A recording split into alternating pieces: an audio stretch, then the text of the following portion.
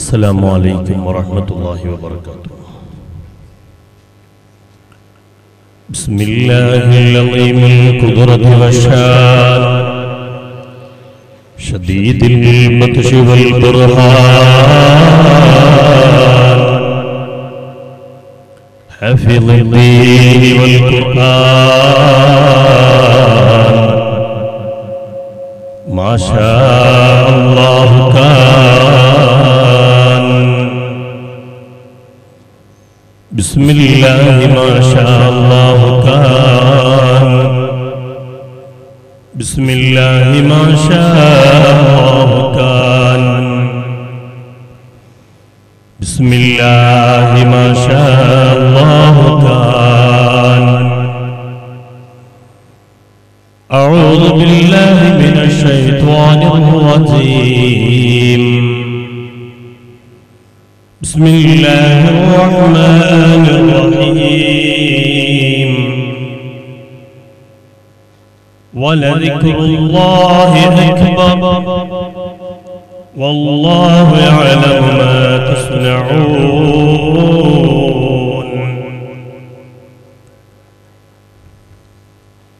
जिसने दिलों को जिंदगी आता दुनिया से रख्शन किया था ज़ुल्मत को शर्मंद किया था ईमान को ताबंद किया था.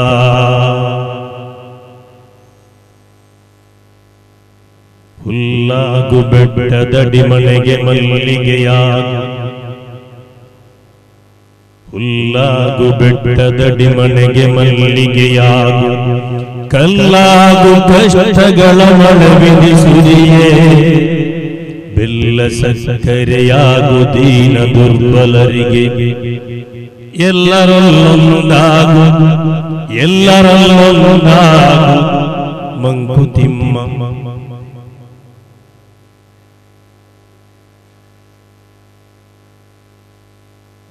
വലിയുള്ളാഹി അസയ്യദ് ഹസ്രത്ത് മൗലാന വലിയുള്ളാഹി ದರ್ಗಾ ಶರೀಫ್ ಕದಿಕೆ ಹಳ್ಳಿಯಲ್ಲಿ ಉರೂಸ್ ಸಮಾರಂಭದ ಸಮಾರೋಪ ವೇದಿಕೆಯಲ್ಲಿ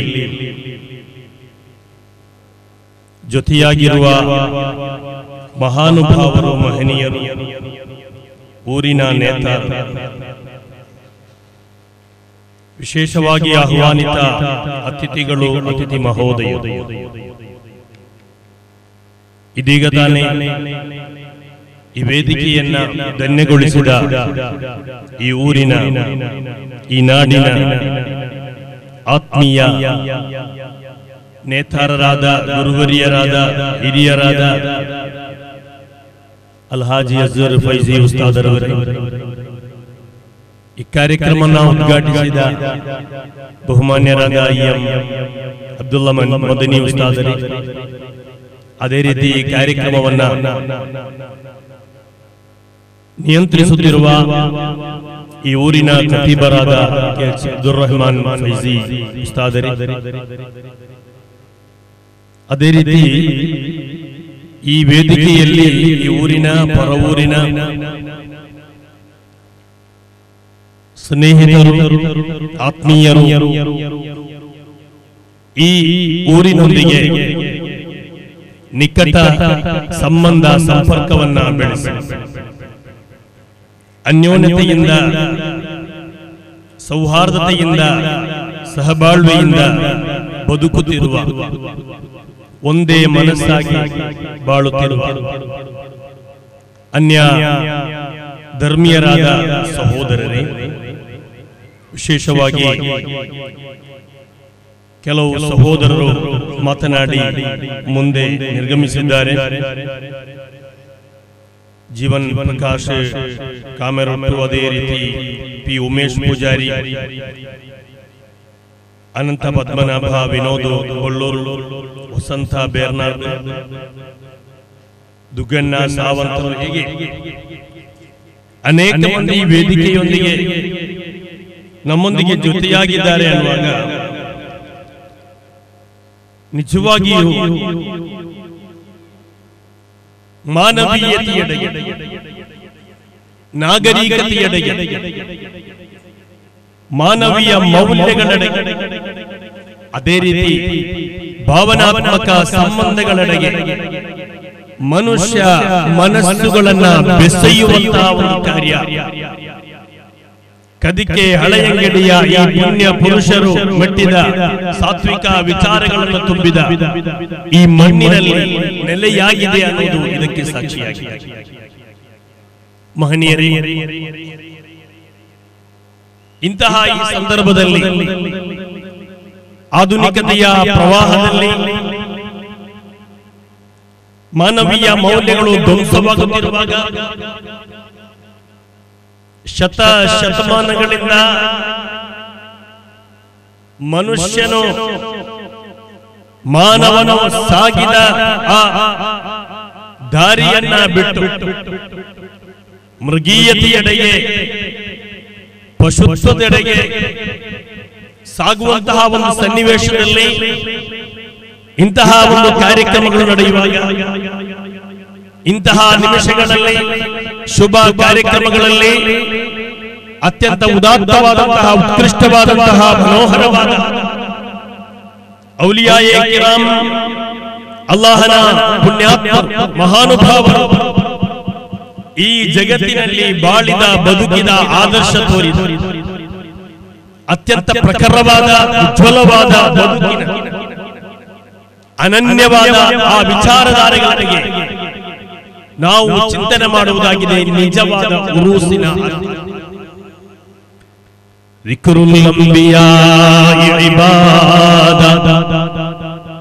ಪ್ರವಾದಿ ಸಲ್ಲಲ್ಲಾಹು ಅಲೈಹಿ ವಸಲ್ಲಂ ಅವರು ತೋರಿಕೊಟ್ಟಂತಹ ಒಂದು ಉದಾತ್ತವಾದ ಸಂದೇಶ, ಮಾರ್ಗದರ್ಶನಕ್ಕಾಗಿ ಸತ್ಯದ ಪದದೆಡೆಗೆ ಜನರನ್ನ ಆಹ್ವಾನಿಸುವುದಕ್ಕೋಸ್ಕರ ನಿಯೋಗಿಸಲ್ಪಟ್ಟಂತಹ ಪ್ರವಾದಿ ವರಿಯರನ್ನು ಸ್ಮರಿಸುವುದು, ಅದು ಇಬಾದತ್, ಆರಾಧನೆ ಅನ್ನುವಂತಹ ಒಂದು ಪವಿತ್ರ ನುಡಿ ಪ್ರವಾದಿಯವರು. ಅದೇ ರೀತಿ ಆ ಪ್ರವಾದಿ ವರಿಯರ ದಾರಿಯನ್ನ ಜಗತ್ತಿಗೆ ಪ್ರಕಟಗೊಳಿಸಿದ, ಪ್ರಸ್ತುತಪಡಿಸಿದಂತಹ ಮಹನೀಯರು, ಮಹಾನುಭಾವರು, ಔಲಿಯಾಯೇ ಕಿರಾಮ್, ಸಾಲಿಹೀನ್. ವಿಕ್ರು ಸಾಲಿಹೀನ ಕಫಾರಾ, ಅದು ನಮ್ಮ ಪಾಪಗಳನ್ನ ಮನ್ನಿಸುವಂತಹ ಕಾರ್ಯಗಳಾಗಿವೆ. ಆದ್ದರಿಂದಲೇ ಈ ಉರೂಸ್ ಕಾರ್ಯಕ್ರಮದ ಅತ್ಯಂತ ದೊಡ್ಡ ಉದ್ದೇಶವೇನೆಂದರೆ ಅದು ನಮ್ಮ ಪಾಪಗಳನ್ನ ಮನ್ನಿಸಲ್ಪಡುವುದಕ್ಕೋಸ್ಕರ, ಮಹಾತ್ಮರನ್ನ ಸ್ಮರಿಸುವುದಕ್ಕೋಸ್ಕರ, ಅವರನ್ನ ನೆನೆಯುವುದಕ್ಕೋಸ್ಕರ, ಮುಂದಿನ ಒಂದು ಜನಾಂಗಕ್ಕೆ, ಒಂದು ಸಮಾಜಕ್ಕೆ ದಾರಿದೀಪವಾಗುವಂತಹ ಆದರ್ಶಗಳನ್ನ, ವಿಚಾರಗಳನ್ನ ಇಲ್ಲಿ ಪ್ರಕಟಪಡಿಸುವಂತಹ ಒಂದು ವೇದಿಕೆಯಾಗಿದೆ ಅನ್ನುವುದರಲ್ಲಿ ಯಾವುದೇ ಸಂದೇಹವಿಲ್ಲ. ಕಾರಣ ಅದಾಗಿದೆ ಇಂದಿನ ಅವಶ್ಯಕತೆ. ಆಧುನಿಕತೆಯ ಪ್ರವಾಹದಲ್ಲಿ ಕೊಚ್ಚಿ ಹೋಗುತ್ತಿರುವಂತಹ ಮಾನವೀಯ ಸಂಬಂಧಗಳು, ಭಾವನಾತ್ಮಕ ವಿಚಾರಗಳು, ಪರಸ್ಪರ ಪ್ರೀತಿ, ಪರಸ್ಪರ ವಿಶ್ವಾಸ, ನಂಬಿಕೆ, ಪ್ರಾಮಾಣಿಕತೆ, ನಿಸ್ವಾರ್ಥ ಸೇವೆ, ಇದೆಲ್ಲವೂ ಕಾಣದೆ ಹೋಗುವಾಗ ಸ್ವಾರ್ಥ ಮೇಲೆ ಸ್ವಾರ್ಥ ಬೆಳೆಯುತ್ತಾ ಇದೆ. ಪ್ರೀತಿಗೆ ಬದಲಾಗಿ ಭೀತಿ ಬರುತ್ತಾ ಇದೆ. ಗಂಜಿಗೆ ಬದಲಾಗಿ ಗಾಂಜಾ ಸ್ಥಾನ ಪಡೆಯುತ್ತಾ ಇದೆ. ನೀರಿಗೆ ಬದಲಾಗಿ ಬೀರು ಅತ್ಯಂತ ಅವಶ್ಯಕವಾಗಿ ಬರುತ್ತಾ ಇದೆ. ಈ ವಿಚಾರವಾಗಿ ನಾವು ಚಿಂತನೆಯನ್ನ ಮಾಡುವಾಗ, ನಾವು ವಿಚಾರಗಳನ್ನ ಮಾಡುವಾಗ ನಿಜವಾಗಿಯೂ ಮಾನವೀಯತೆಯ ಆ ದರ್ಶನವನ್ನ ಉಳಿಸಬೇಕಾದರೆ ಇಂತಹ ವೇದಿಕೆಗಳು ಅನಿವಾರ್ಯ ಅನ್ನುವುದರಲ್ಲಿ ಯಾವುದೇ ಸಂದೇಹವಿಲ್ಲ. ಪರಸ್ಪರ ಹಗೆತನ, ದ್ವೇಷ ಏರ್ತಾ ಇದೆ. ನೋಡಿ, ನೀವು ಆಧುನಿಕತೆಯಲ್ಲಿ ವೇದಿಕೆಗಳು ಬದಲಾಗಿವೆ. ಹಿಂದಿನ ವೇದಿಕೆಗಳು ಈ ತರ ಇರಲಿಲ್ಲ. ನಾವು ಕೂರೋ ಕುರ್ಚಿ ಈ ತರ ಇರಲಿಲ್ಲ. ನಾವು ಹಾಕೊಳ್ಳುವಂತಹ ಬಟ್ಟೆ ಈ ತರ ಇರಲಿಲ್ಲ. ಆಧುನಿಕತೆಗೆ, ಒಳಿತಿನಡೆಗೆ, ಒಳ್ಳೆಯದಕ್ಕೆ, ಫ್ಯಾಷನ್ಗೆ ನಾವು ಒಗ್ಗಿ ಬಗ್ಗಿ ತಗ್ಗಿ ಬದಲಾಗುತ್ತಿರುವಂತಹ ಸನ್ನಿವೇಶಗಳಲ್ಲಿ ಬದಲಾವಣೆಯನ್ನ ನಾವು ಸ್ವೀಕರಿಸ್ತಾ ಇದ್ದೇವೆ. ನಮ್ಮ ಮನೆಗಳಲ್ಲಿ ಅದರ ವಿನ್ಯಾಸಗಳಲ್ಲಿ ವ್ಯತ್ಯಾಸ ಇದೆ. ಹೊಸತನವನ್ನ ನಾವು ಸ್ವೀಕಾರ ಮಾಡ್ತಾ ಇದ್ದೀವಿ. ಹಾಗೆ ಚಿಂತನೆ ಮಾಡಿದರೆ ಕಾಲಿಗೆ ಹಾಕುವ ಚಪ್ಪಲಿ ನಿನ್ನೆಯ ಚಪ್ಪಲಿ ಇವತ್ತಿಗಾಗಲ್ಲ, ಇವತ್ತಿನ ಚಪ್ಪಲಿ ನಾಳೆಗಾಗಲ್ಲ. ಅದಕ್ಕಿಂತ ಬೇರೆ ವಿನ್ಯಾಸದ ಹೊಸತನವನ್ನ ಹುಡುಕುವ ಮನುಜ ತಾನು ಹಾಕೊಳ್ಳುವ ಬಟ್ಟೆ, ತನ್ನ ಚಪ್ಪಲಿ, ತನ್ನ ವಾಸ ಸ್ಥಾನ ಎಲ್ಲವನ್ನು ಬದಲಿಸುವ ಮನುಜ ಯಾಕೆ ಮನುಷ್ಯನಲ್ಲಿರುವಂತಹ ಆ ದೊಡ್ಡತನ, ಆ ಹಿರಿತನ, ಆ ಉದಾತ್ತವಾದ ಗುಣಗಳು ಅದನ್ನ ಬಿಟ್ಟು ಕೆಟ್ಟದರ ಕಡೆಗೆ ಯಾಕೆ ಹೋಗೋದು ಅಂತ ಚಿಂತನೆ ಮಾಡಬೇಕಾದ ಅನಿವಾರ್ಯತೆ ಇಲ್ಲವೇ? ಎಲ್ಲದರಲ್ಲಿ ಹೊಸತನ ಬೇಕು. ಮತ್ತ್ಯಾಕೆ ಕೆಟ್ಟದನ್ನ, ಹಗ್ಗೆತನ ಅನ್ನೋದು ನಮ್ಮ ಹಿರಿಯರು ಯಾರು ಇಷ್ಟಪಡಲಿಲ್ಲ. ನಮ್ಮ ಹಿಂದಿನ ಜನಾಂಗ ತಲೆಮಾರು ಅವರು ಯಾರು ಇಷ್ಟಪಡಲಿಲ್ಲ. ದ್ವೇಷ ಇರಲಿಲ್ಲ. ಈ ದೇಶ ಅಂದ್ರೆ, ಈ ದೇಶದಲ್ಲಿ ಸೌಹಾರ್ದತೆ, ಅದೇ ರೀತಿ ಅನ್ಯೋನ್ಯತೆ ಅಂದ್ರೆ ಅದೆಷ್ಟು ಸುಂದರವಾಗಿದೆ. ಪರಸ್ಪರ ಪ್ರೀತಿ, ವಿಶ್ವಾಸ ಈ ಊರಲ್ಲಿತ್ತು, ಪರ ಊರಲ್ಲಿತ್ತು. ಆದರೆ ಆ ಅನ್ಯೋನ್ಯತೆಯು, ಆ ಪರಸ್ಪರ ಪ್ರೀತಿ, ಸೌಹಾರ್ದತೆ, ಸಾಮರಸ್ಯ, ಸಹಬಾಳ್ವೆ ಅದು ಯಾಕೆ ಒಂಥರ ಗೊಂದಲಮಯವಾಗ್ತಾ ಇದೆ? ಬದುಕಿನ ಜಂಜಾಟದಲ್ಲಿ, ಆಧುನಿಕತೆಯ ಪ್ರವಾಹದಲ್ಲಿ ಒಳಿತನ್ನು ನಾವು ಕೈ ಚೆಲ್ಲುವುದಾದರೂ ಯಾಕೆ? ಚಂದ್ರ ಲೋಕಕ್ಕೆ ನಾವು ಹಾರಿ ಬಿಡುತ್ತೇವೆ. ಆದರೆ ಮಾನವೀಯತೆಯ ಆ ಹೊಸ್ತಿಲಿಗೆ, ಆ ಮಾನವೀಯತೆಯ ಜಗಲಿಗೆ ನಾವು ಯಾಕೆ ಮುಟ್ಟುತ್ತಾ ಇಲ್ಲ? ಅದೇ ರೀತಿ ನೋಡಿ, ನಮಗೆ ಏನಾದರೂ ಶಾರೀರಿಕವಾಗಿ, ದೈಹಿಕವಾಗಿ ಅನಾರೋಗ್ಯ ಬಂದರೆ ಡಾಕ್ಟರ್ ಬಳಿ ನಾವು ಹೋದರೆ ಡಾಕ್ಟರ್ ಹೇಳ್ತಾ ಇರ್ತಾರೆ, ಬಿಡಪ್ಪ ನೀನು ಶುಗರ್ ಜಾಸ್ತಿ ಆಗಿದೆ, ಆದ್ರಿಂದ ಈ ಸಕ್ಕರೆ ತಿನ್ನೋದನ್ನ ಬಿಟ್ಬಿಡು. ಆವಾಗಲೇ ಬಿಟ್ಬಿಡ್ತೇವೆ. ನಾವು ಬಾಳೆಹಣ್ಣು ತಿನ್ನೋದಿಲ್ಲ, ಅದೇ ರೀತಿ ಸಕ್ಕರೆ ಹಾಕಿ ಚಹಾ ಕುಡಿಯೋದಿಲ್ಲ. ಯಾಕೆ? ಈ ದೇಹ ಉಳಿಬೇಕು, ಈ ದೇಹ ಉಳಿಬೇಕು. ಶುಗರ್ ಅನ್ನ ನಾವು ಬಿಟ್ಬಿಡ್ತೇವೆ. ಇನ್ನು ಬಿಪಿ ಪ್ರತಿದಿನ ಈ ಮಾತ್ರೆ ತಗೋಬೇಕು ಅಂತ ಹೇಳಿದ್ರೆ ಡಾಕ್ಟರ್ ಹೇಳಿದ್ರೆ ಆ ಮಾತ್ರೆಯನ್ನ ನಾವು ತಗೋತೀವಿ ಅಲ್ವಾ? ಶುಗರ್ ಏರದಂತೆ ನಾವು ನೋಡ್ತೀವಿ, ಅದೇ ರೀತಿ ಬಿಪಿ ಏರದ ಹಾಗೆ ನಾವು ನೋಡ್ಕೋತೀವಿ. ಆದ್ರೆ ಒಂದು ಮಾತು ಈ ಜಗತ್ತಿನ ಮುಂದೆ ನಾವು ಚಿಂತನೆ ಮಾಡಬೇಕಾದಂತಹ ವಿಚಾರವೆಂದರೆ, ಯಾಕೆ ನಮ್ಮೊಳಗೆ ಹಗೆಯನ್ನ ಏರುವಂತೆ ನಾವು ಮಾಡ್ತೀವಿ? ಸಂಶಯಗಳನ್ನ ಹುಟ್ಟು ಹಾಕೋದು ಯಾಕೆ? ಗೊಂದಲಗಳನ್ನ ಹುಟ್ಟು ಹಾಕೋದು ಯಾಕೆ? ಪರಸ್ಪರ ಪ್ರೀತಿಯನ್ನ ಭೀತಿಯೆಡೆಗೆ ಸಾಗಿಸುವುದಾದರೂ ಯಾತಕ್ಕಾಗಿ? ನಮ್ಮ ಬಿಪಿ, ನಮ್ಮ ಶುಗರ್ ಇದನ್ನ ಹತೋಟಿಯಲ್ಲಿ ಹದ್ದುಬಸ್ತಿನಲ್ಲಿ ಇಡುವ ಹಾಗೆ ಯಾಕೆ ನಮಗೆ ಆ ಹಗೆಯನ್ನ, ಒಳಗೊಳಗಿನ ಹಗೆಯನ್ನ ಕೆಳಮಟ್ಟದಲ್ಲಿ ಇಟ್ಕೊಳ್ಳೋದಕ್ಕೆ ನಮಗೆ ಯಾಕೆ ಸಾಧ್ಯವಿಲ್ಲ? ನಿಯಂತ್ರಿಸುವ ಮನುಷ್ಯ, ಜಗತ್ತನ್ನ ಅಂಗೈಯಲ್ಲಿಟ್ಟು ಅಲ್ಲಾಡಿಸುವ ಮನುಷ್ಯ ಯಾಕೆ ತನ್ನನ್ನು ತಾನೇ ಆತನು ನಿಯಂತ್ರಿಸಲಾರ? ಯಾರು ಹೇಳಿದರು? ಕಾಡು ಪ್ರಾಣಿಗಳು ಕಾಡಲ್ಲಿವೆ, ಕಾಡುವ ಪ್ರಾಣಿಗಳು ಊರಲ್ಲಿವೆ ಅಂತ. ಇದಕ್ಕೆ ಅರ್ಥ ಇಲ್ಲವೇ? ಅರ್ಥ ಇದೆ. ಯಾಕಂತ ಹೇಳಿದ್ರೆ ಕಾಡಲ್ಲಿರೋ ಪ್ರಾಣಿಗಳು ಹೆಚ್ಚು ಉಪದ್ರವ ಮಾಡ್ತಾ ಇಲ್ಲ. ಅದೇ ರೀತಿ ಊರಲ್ಲಿರುವಂತಹ, ಕಡಲಲ್ಲಿರುವಂತಹ ಪ್ರಾಣಿಗಳು ತೊಂದರೆ ಮಾಡ್ತಾ ಇಲ್ಲ. ಆದ್ರೆ ತೊಂದರೆ ಆಗ್ತಾ ಇರೋದು ಎಲ್ಲಿ? ತೊಂದರೆ ಆಗ್ತಾ ಇರೋದು ಊರಲ್ಲಿರೋದ್ರಿಂದ, ಊರಲ್ಲಿರೋ ಜನರಿಂದ ಅಲ್ವಾ? ಹಾಗಾದರೆ ಇಂತಹ ವೇದಿಕೆಗಳು ಪ್ರವಾದಿಗಳ, ಮಹಂತರ, ಸಂತ ಮಹಂತರ, ಮುನಿ ಮಹರ್ಷಿಗಳ ಆ ವಿಚಾರಧಾರೆಗಳೆಲ್ಲ ಈ ಜಗತ್ತಿನಲ್ಲಿ ಮೇಳೈಸಬೇಕಾಗಿದೆ. ಅದರ ಕಡೆ ನಾವು ಚಿಂತನೆ ಮಾಡಬೇಕಾಗಿದೆ. ಆದ್ದರಿಂದಲೇ ಇಂತಹ ವೇದಿಕೆಗಳು ಅಂತಹ ಉದಾತ್ತವಾದ ಸಂದೇಶಗಳನ್ನ ಸಾರುವಲ್ಲಿ ಯಶಸ್ವಿಯಾಗ್ತಾ ಇದೆ ಅನ್ನೋದು ತುಂಬಾ ಸಂತಸದ ವಿಚಾರವಾಗಿದೆ. ಮಹನೀಯರೇ, ಕ್ರೂರತೆ, ಹಿಂಸೆ ಜಾಸ್ತಿ ಆಗುತ್ತಾ ಇದೆ ಅನ್ನೋದಕ್ಕೆ ನಾನೊಂದು ಚಿಕ್ಕ ಉದಾಹರಣೆಯನ್ನ ನಿಮ್ಮ ಮುಂದಿಡ ಬಯಸುತ್ತೇನೆ. ಅದೇನೆಂದರೆ, ನಮ್ಮ ಕವಿ ವರೇಣ್ಯರಾದಂತಹ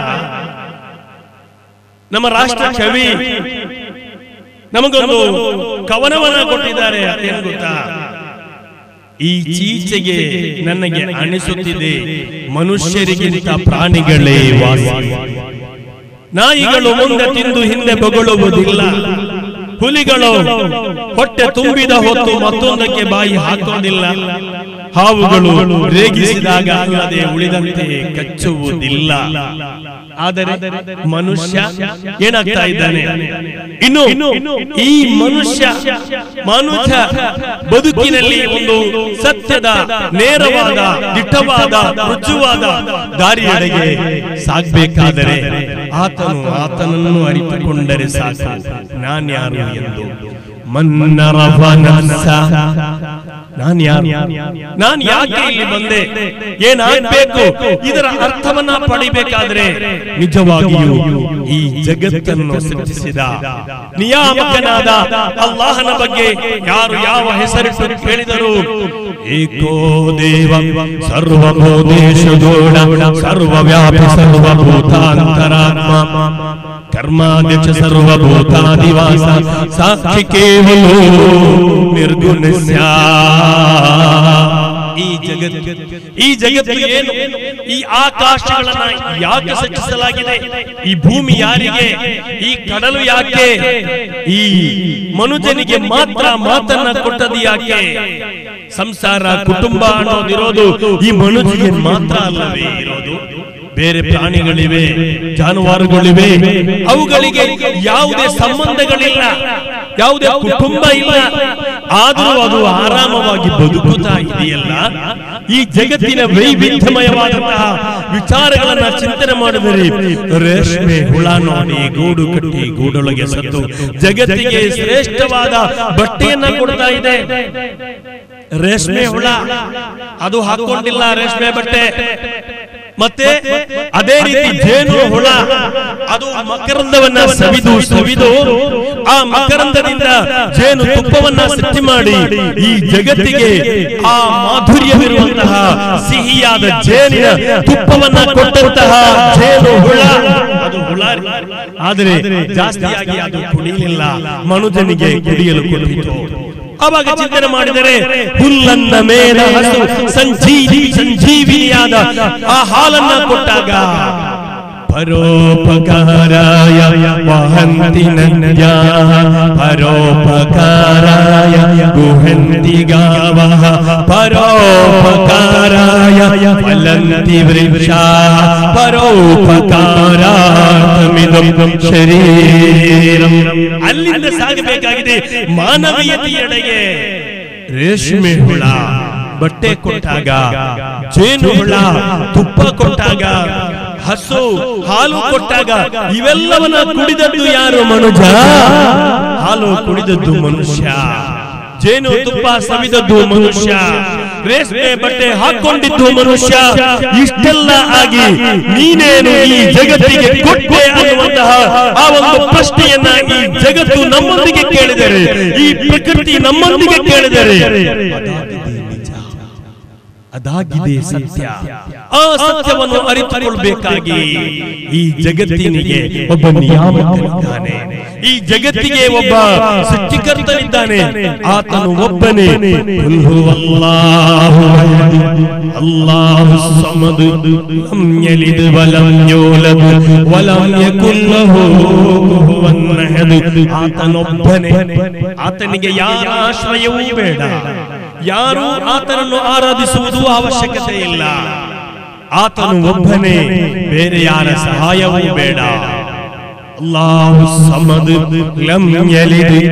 ಆತನು ಯಾರನ್ನು ಹುಟ್ಟಿಸಲಿಲ್ಲ.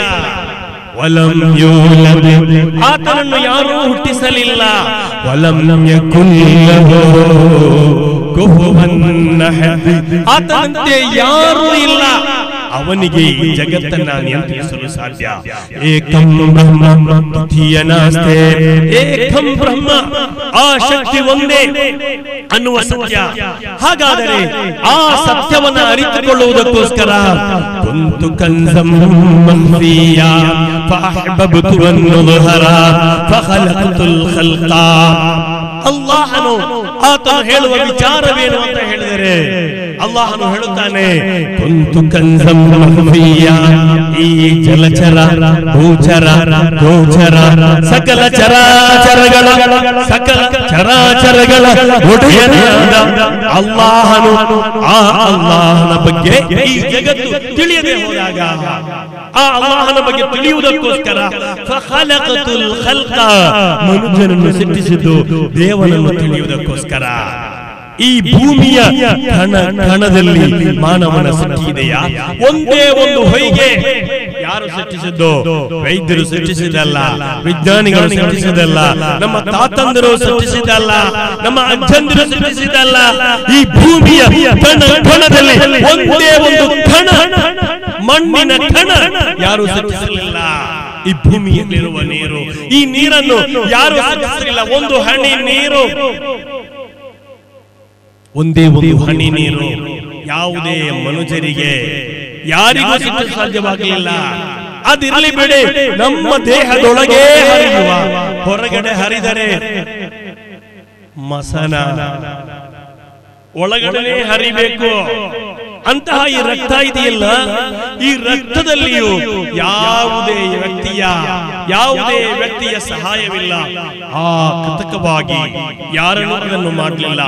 ಒಂದೇ ಒಂದು ಹನಿ ರಕ್ತ ಜಗತ್ತಿನ ಯಾವುದೇ ಒಬ್ಬನಿಗೆ ಈ ತನಕ ಸೃಷ್ಟಿಸಲು ಸಾಧ್ಯವಾಗಲಿಲ್ಲ. ಒಂದೇ ಒಂದು ಹನಿ ನೀರು ಯಾರಿಗೂ ಸಾಧ್ಯವಾಗಲಿಲ್ಲ.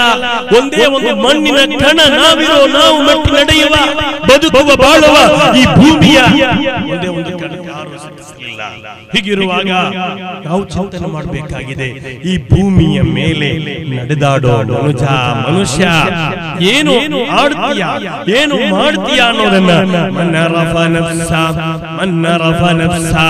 ಆತನು ತನ್ನನ್ನು ತಾನೇ ಅರಿತುಕೊಳ್ಬೇಕಾಗಿದೆ. ತನ್ನನ್ನು ತಾನೇ ಅರಿತುಕೊಂಡಾಗ ಸತ್ಯದ ಅರಿವು ಬರುತ್ತದೆ. ತನ್ನನ್ನು ಯಾವ ರೀತಿಯಲ್ಲಿ ಅರಿತುಕೊಳ್ಳಬಹುದು, ಅದಾಗಿದೆ ಪ್ರಶ್ನೆ. ನನ್ನನ್ನು ನಾನು ಅರಿತುಕೊಳ್ಳುವಂತಹ ಒಂದು ಪ್ರಯತ್ನ ಖಂಡಿತ ಆಗಬೇಕಾಗಿದೆ. ಅದು ಸತ್ಯದೆಡೆಗೆ ನಮ್ಮನ್ನ ಕರೆಯುತ್ತದೆ, ನಮ್ಮನ್ನ ಸಾಗಿಸುತ್ತದೆ ಅನ್ನುವುದರಲ್ಲಿ ಯಾವುದೇ ಸಂದೇಹವಿಲ್ಲ. ಅಲಂ ನಜ್ಅಲಿಲ್ ಅರ್ದ ಮಿಹಾದಾ, ಈ ಭೂಮಿಯನ್ನು ತೊಟ್ಟಿಲಾಗಿಸಲಿಲ್ಲವೇ ಖುರ್ಆನ್? ವಲ್ ಜಿಬಾಲ ಔತಾದಾ, ಈ ಭೂಮಿಯು ಅಲುಗಾಡದಂತೆ ಪರ್ವತಗಳನ್ನು ಸೃಷ್ಟಿಸಲಿಲ್ಲವೇ? ವಜಅಲ್ನಾ ನೌಮಕುಂ ಸುಬಾತಾ, ನಮ್ಮ ಆ ನಿದ್ದೆ ಹೇಗೆ ಬರುತ್ತೆ? ನಿದ್ದೆ ಬರದೆ ಹೋದ್ರೆ ನಾವೇನಾಗ್ತೇವೆ? ಒಂದಿನ ನಿದ್ದೆ ಮಾಡದೆ ಹೋದ್ರೆ ನಮ್ಮನ್ನು ನಾವು ಅರಿತುಕೊಳ್ಬೇಕಾಗಿದೆ. ಒಂದಿನ ನಿದ್ದೆ ಮಾಡದಿದ್ರೆ ಬೆಳಗ್ಗೆ ಎದ್ದು ನಮ್ಗೆ ಏನು ಮಾಡಕ್ಕಾಗಲ್ಲ. ಹಾಗಿರುವಾಗ ಈ ನಿದ್ದೆಯನ್ನ ತರುವವನಾನು, ಸುಖ ನಿದ್ರೆಯನ್ನ ಕೊಡುವವನಾನು. ನಿದ್ದೆಯಲ್ಲಿ ಎಲ್ಲವೂ ಮರೆತು ಬಿಡ್ತೀವಿ. ಪುನಃ ಬೆಳಗಾದಾಗ ಹಳೆಯದೆಲ್ಲ ಹೊಸತಾಗಿ ಬರುವ ರಿಲ್ಯಾಕ್ಸ್, ಇದು ಆ ಶಕ್ತಿಯ ಆ ಅನುಗ್ರಹವಲ್ಲವೇ? ಅದೇ ರೀತಿ ಅಲ್ಲಾಹನ ಆ ಪವಿತ್ರವಾದಂತಹ ಆ ದೇವನ ಆ ಶಕ್ತಿಯ ಆ ನಿಯಾಮಕನ ಬಗ್ಗೆ ಅರಿತುಕೊಳ್ಳುವುದಕ್ಕೋಸ್ಕರ ಸತ್ಯವಾದ ನಿತ್ಯವಾದ ದೃಷ್ಟಾಂತವಾಗಿದೆ ಈ ಔಲಿಯಾಎ ಕಿರಾಮ್. ಅದನ್ನು ನಾವು ಅರಿತುಕೊಳ್ಳಬೇಕಾಗಿದೆ. ಆ ರೀತಿ ನೋಡಿದರೆ ನಮಗೆ ಸಿಗುವಂತಹ ಒಂದು ಬಟ್ಟಲು ಅನ್ನ, ಹಸಿದಾಗ ತಿನ್ನುವಂತಹ ಒಂದು ಬಟ್ಟಲು ಅನ್ನ ಸಬಬುನಲ್ ಮಾ ಸಬ್ಬಾ. ಈ ಅನ್ನವು ಮುಸಲ್ಮಾನರಿಗೆ ಮಾತ್ರ ಅಲ್ಲ ಸಿಕ್ಕಿರೋದು, ಇಲ್ಲಿಯ ಹಿಂದೂಗಳಿಗೆ ಮಾತ್ರ ಸಿಕ್ಕಿರೋದಲ್ಲ, ಕ್ರೈಸ್ತರಿಗೆ ಮಾತ್ರ ಸಿಕ್ಕಿರೋದಲ್ಲ, ಎಲ್ಲಾ ಜಾತಿಯವರಿಗೂ, ಎಲ್ಲಾ ಮನುಷ್ಯ ಕುಲಕ್ಕೂ ಎಲ್ರಿಗೂ ಸಿಗುವಂತಹ ಈ ಅನ್ನ. ಆ ಅನ್ನದ ಬಗ್ಗೆ ಕುರಾನ್ ಅನ್ನ ಸಬಬುನಲ್ ಮಾ ಸಬ್ಬಾ, ಆಕಾಶಗಳಿಂದ ನೀರನ್ನ ಹಾಯಿಸೋದು ಯಾರು? ನಾವು. ಆ ಭೂಮಿಯಿಂದಲೇ ಅದನ್ನ ಮೊಳಕೆಯೊಡೆಯುವಂತೆ ಭೂಮಿಯನ್ನ ಹದವಾಗಿಸಿದ್ದು, ಆ ಭೂಮಿಯನ್ನ ಬೀಜ ಒಡೆದಂತೆ ಒಡೆದು ಬರುವ ಆ ಕಾರ್ಯವನ್ನ ಮಾಡಿದ್ದು ದೈವ ಶಕ್ತಿ, ದೈವ ಲೀಲೆಯಾಗಿದೆ. ಅದೇ ರೀತಿ ಬೇರೆ ಯಾರಿಗೂ ಸಾಧ್ಯವಾಗಲಿಲ್ಲ. ನಾವು 1 kg ಅಕ್ಕಿಗೆ 30, 60, 120 ಕೊಡೋದಾದ್ರೆ ಅದು ಆ ಆಕಾಶದಿಂದ ಕೆಳಗೆ ಧರೆಗೆ ಇಳಿಸಿದಂತಹ ನೀರನ್ನ ಹಾಯಿಸಿದಂತಹ ಅದರ ಕೂಲಿಯಲ್ಲ, ಮೊಳಕೆ ಬರಿಸಿದಂತಹ ಆ ಮೊಳಕೆಯೇ ಬರುವಂತೆ ಮಾಡಿದ ಅದರ ಕೂಲಿಯಲ್ಲ. ಮತ್ತೆ ನಮಗೆ ನಮ್ಮ ಅಂಗಡಿಗೆ ಮುಟ್ಟಿಸಿದ ರೈತನ ಎಲ್ಲವೂ ಸೇರಿ ಕೊಡುವಂತಹ ಆ ಒಂದು ಬೆಳೆಯಾಗಿದೆ. ಹಾಗಿರುವಾಗ ಆಕಾಶದಿಂದ ನೀರನ್ನ ಹಾಯಿಸಿದ ಅವನಿಗೆ ಕೊಡಬೇಡವೇ ನಾವು ಆ ಬೆಲೆ? ಅದನ್ನ ಮೊಳಕೆಯೊಡೆಯುವಂತೆ ಮಾಡಿದ ಆ ಶಕ್ತಿಯನ್ನು ನಾವು ಮನವರಿಕೆ ಮಾಡಬೇಡವೇ? ಅದನ್ನೇ ಅಲ್ಲಾಹನು ಪ್ರಶ್ನಿಸುತ್ತಾನೆ, ಅಫರಾಯಿತುಮ್ ಮಾ ತಹರುಸೂನ್, ನೀವು ಕೃಷಿ ಮಾಡುವಂತಹ ಆ ಕೃಷಿಯನ್ನ ನೀವು ಅದರ ಬದಲು ಹೇಳಿ, ಅಅಂತುಮ್ ತಜ್ರಊನ, ನೀವು ಅದನ್ನ ಕೃಷಿ ಮಾಡುವುದೋ ಬೆಳೆಯುವುದೋ, ಅಮ್ ನಹ್ನು ಝಾರಿಊನ್, ಅಲ್ಲ ನಾವು, ಲೌ ನಶಾഉ ಲಜಅಲ್ನಾಹು ಹುತಾಮಾ, ಆ ಬೆಳೆಯು ಬರೀ ಬೈಹುಲ್ಲಾದರೆ ಯಾರಿಗೆ ತಡೆಯಲು ಸಾಧ್ಯ? ಯಾರಿಗೆ ಸಾಧ್ಯ? ಬೆಳೆಯಿಲ್ಲ, ಮಳೆಯಿಲ್ಲ ಅಂತ ನಾವು ಹೇಳ್ತೀವಿ. ಆದರೆ ಆ ಸೃಷ್ಟಿಕರ್ತನ ನಿಯಾಮಕನ ಅನುಗ್ರಹವಲ್ಲದೆ ಬೇರೆ ಏನು ಇದು? ಯಾರು ಮಾಡಿದ್ದು? ನಾವು ಕುರ್ಚಿ ಬಗ್ಗೆ ಹೇಳ್ತೀವಿ, ಇದು ಯಾರು ಮಾಡಿದ್ದು? ಯಾವ ಫ್ಯಾಕ್ಟರಿ ಮಾಡಿದ್ದು ಅಂತ. ನಾವು ತಿನ್ನೋ ಅನ್ನದನ್ನ ಪ್ಯಾಕ್ ಮಾಡಿದ್ದು ಯಾರು ಅಂತ ಕೇಳ್ತೀವಿ, ಯಾವ ಕಂಪನಿ ಮಾಡಿದ್ದು ಅಂತ ಕೇಳ್ತೀವಿ, ಹೆಸರಿಟ್ಟು ಕರಿತೀವಿ. ಬೇರೆ ಯಾರು ಮಾಡಿಲ್ಲ ಆ ಫ್ಯಾಕ್ಟರಿ. ಆದ್ರೆ ಈ ಜಗತ್ತು, ಈ ಬ್ರಹ್ಮಾಂಡ, ಈ ಸೌರವ್ಯೂಹ, ಈ ಜಗತ್ತಿನ ನಿಯಮ ನಿಷ್ಠುರ ವ್ಯವಸ್ಥೆ ಎಲ್ಲವೂ ಸರಿಯಾಗಿ ನಡೀತಾ ಇದ್ರೆ ಯಾವುದೇ ರಾತ್ರಿ ಆಗೋದು ಏರುಪೇರಾಗ್ಲಿಲ್ಲ. ನಾವು ವೇದಿಕೆ ಬರುವಾಗ, ಏರುವಾಗ, ಇಳಿಯುವಾಗ ಸಮಯ ಆಚೀಚೆ ಆಗ್ತಾ ಇದೆ. ಸನ್ ರೈಸ್ ಅಥವಾ ಸನ್ಸೆಟ್ ಯಾವುದು ಆಚೀಚೆ ಆಗ್ತಾ ಇಲ್ಲ. ಅದರ ಸಮಯ ಪ್ರಕಾರ, ನಿಯಮ ಪ್ರಕಾರ, ನಿಯಮಬದ್ಧತೆಯಿಂದ ಅದು ನಡೆಯುವುದೇ. ಆದರೆ ಇದರ ಹಿಂದೆ ನಾವು ಚಿಂತನೆ ಮಾಡುವ ವಿಚಾರವೇನೆಂದರೆ, ಅಫರಾಯಿತುಮ್ ಮಾ ತುಮ್ನೂನ್, ಈ ಹೊಟ್ಟೆಯ ಬಗ್ಗೆ ನಾವು ತಿಳ್ಕೊಂಡಿಲ್ಲ. ಈ ಹೊಟ್ಟೆ ನೋಡಿ ನೀವು, ಈ ಹೊಟ್ಟೆ ಒಂದ್ ಕಡೆ ನಾವು ತಿಂದದ್ದು ಜೀರ್ಣ ಆಗ್ತಾ ಇದೆ, ಮತ್ತೊಂದ್ ಕಡೆ ಒಂದು ಮಗು ಬೆಳೀತಾ ಇದೆ ಹೊಟ್ಟೆಯಲ್ಲಿ. ಅದು ಹೇಗೆ ಎರಡು ಸಾಧ್ಯ? ಯಾರು ಮಾಡ್ತಾ ಇರೋದು? ಆ ಹೊಟ್ಟೆಯೊಳಗೆ ಅದರಲ್ಲಿ ಕಣ್ಣುಗಳು, ಕೈಗಳು, ಬೆರಳುಗಳು, ಉಗುರುಗಳು, ಅದರ ಕೂದಲುಗಳು ಸರಿಯಾಗಿ ಸಮನಾಗಿ ವ್ಯತ್ಯಾಸ ಆಗೋದೇ ಇಲ್ಲ. ಒಂದು ಹೊಟ್ಟೆಯೊಳಗೆ ಒಂದು ಭಾಗದಲ್ಲಿ ತಾಯಿಯ ಉದರದೊಳಗೆ ಆ ಬೆಳೆದು ಬರುವ ಮಗು, ಆ ಮಗುವಿನ ಬಗ್ಗೆ ನಾವು ಚಿಂತನೆ ಯಾಕೆ ಮಾಡಲಿಲ್ಲ? ಯಾರು ಮಾಡ್ತಾ ಇರೋದು ಅದನ್ನ? ಒಂದು ವಿಚಾರ ನೋಡಿ, الرزق يأتي جميعا وهو في رحمي وفي الليل عيني لك مدخر. ಇದೆಲ್ಲವೂ ತಿಳಿದುಕೊಳ್ಳಬೇಕಾಗಿದೆ. ನಾವು ಪರಸ್ಪರ ಹಗೆ, ಪರಸ್ಪರ ದ್ವೇಷ, ಜಂಜಾಟ, ಹಗೆತನ, ಹೋರಾಟ, ಸ್ವಾರ್ಥ ಏನೆಲ್ಲ ಮಾಡ್ತಾ ಇದ್ದೀವಿ. ಅಸೂಯೆ, ಪರಸ್ಪರ ಏನೆಲ್ಲ ನಾವು ಹಂಚಿಕೊಳ್ತೀವಿ. ಆದರೆ ನಾವು ನಮ್ಮ ಬಗ್ಗೆ ತಿಳಿದುಕೊಂಡಾಗ, ನಮ್ಮ ಹೊಟ್ಟೆಯೊಳಗೆ ನಾವಿದ್ದಾಗ, ನಮ್ಮ ಹೊಟ್ಟೆಯೊಳಗೆ ಆಹಾರವನ್ನು ಕೊಟ್ಟವನು ಯಾರು ಕೊಟ್ಟವನು? ನಾವು ನಮ್ಮ ಮಕ್ಕಳಿಗೆ ಅಥವಾ ಆ ಹೊಟ್ಟೆಯಲ್ಲಿ ಮಗು ಇರುವಂತಹ ಆ ತಾಯಿಗೆ, ಗರ್ಭಿಣಿಗೆ ಏನಾದರೂ ಆಹಾರ ಕೊಟ್ಟಿರಬಹುದು. ಆದರೆ ಆ ಮಗುವಿಗೆ ಆಹಾರ ಕೊಟ್ಟದ್ದು ಯಾರು?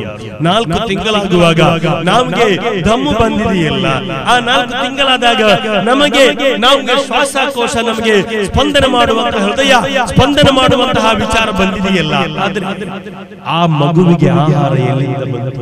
ಯಾರು ಕೊಟ್ಟದ್ದು? ಅದು ಪರಮ ಶಕ್ತಿಯಲ್ಲವೇ?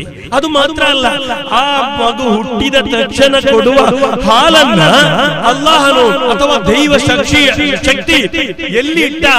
ಆ ತಾಯಿಯ ಆ ಎದೆಯಲ್ಲಿ ಹಾಲನ್ನಿಟ್ಟ.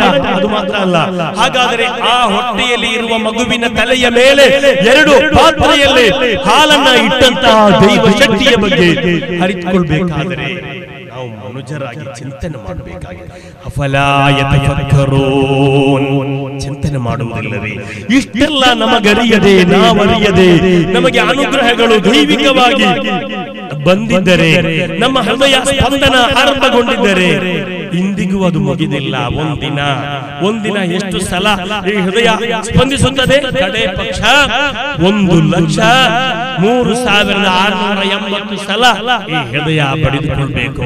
ಹಾಗಾದ್ರೆ ಮಾತ್ರ ನಮ್ಮ ಶರೀರದಕ್ಕೆಲ್ಲ ರಕ್ತ ಹರಿದಾಡುತ್ತೆ, ರಕ್ತದ ಬನಿಗಳಲ್ಲಿ ಒಂದು ವರ್ಷಕ್ಕೆ 3,78,43,200 ಸಲ ಈ ಹೃದಯ ಸ್ಪಂದನೆ ಆಗ್ಬೇಕು. ಆಗದಿದ್ದರೆ ದಮ್ಮಿಲ್ಲ, ಎಲ್ಲಿ ಹೋಗ್ಬೇಕು? ICU ಯೂನಿಟಿನಲ್ಲಿ ಅಥವಾ ಐಲ್ಯಾಂಡ್ ನಲ್ಲಿ ಅಥವಾ ಇಂದಿರಾ ಒಮೆಗಾ. ದಮ್ಮು ಇಲ್ಲದಿದ್ದರೆ ನಾವು ಈ ಭೂಮಿ ಮೇಲೆ ನಡೆದಾಡುವುದು ನಮ್ಮ ಹೃದಯ ಚೆನ್ನಾಗಿ ನಡೀತಾ ಇದೆ, ವರ್ಕೌಟ್ ಆಗ್ತಾ ಇದೆ, ಆದ್ರಿಂದ ನಾವು ನಡೀತಾ ಇದ್ದೀವಿ. ಆವಾಗ ಚಿಂತನೆ ಮಾಡಬೇಕಾದದ್ದು, ಆಸ್ಪತ್ರೆಯಲ್ಲಿ ಮಲಗಿದಾಗ ನಾವು ಸುಮ್ಮನಾಗ್ತೀನಲ್ಲ, ಯಾರ ಬಗ್ಗೆ ಹಗೆತನ ಇಲ್ಲ, ಹೊಗೆತನ ಇಲ್ಲ, ದ್ವೇಷ ಇಲ್ಲ, ಏನು ಇಲ್ಲ.